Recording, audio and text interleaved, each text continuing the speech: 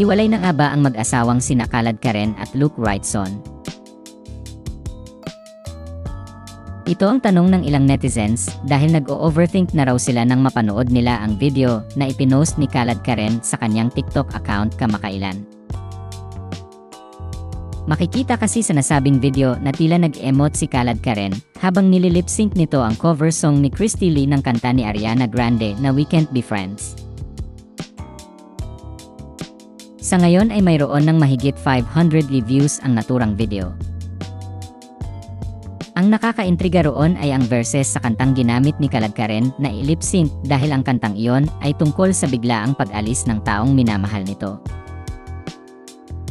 Sa comment section ng naturang post sa TikTok ay nag-alala ang ilang netizens sa kasalukyang lagay ng relasyon ni Jervie Wrightson o mas kilala bilang si Khaled Karen at ng British husband niyang si Luke Wrightson.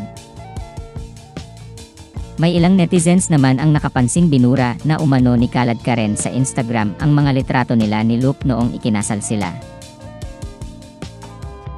Kung bisitahin ang Instagram account ni Khaled Karen ay hindi na nga makikita ang wedding photos nila ni Luke. Pero nandyan pa rin sa kanyang Instagram account ang ilang mga litrato nila ng kanyang asawa. Ang huling post ni Khaled Karen sa Instagram at Facebook ay noong February 15, 2025 kung saan makikitang nakatanggap siya ng red roses at eucalyptus mula sa mahal niya. Sabi pa sa caption ng naturang post, 1,000 miles apart or not, he always buys me flowers. Thank you for making me happy, my love. Nakafollow naman ang mag-asawa sa isa't isa sa kani-kanilang Instagram account. Ngunit nakaset na sa private ang Instagram account ni Luke kaya hindi masilip ang feed nito.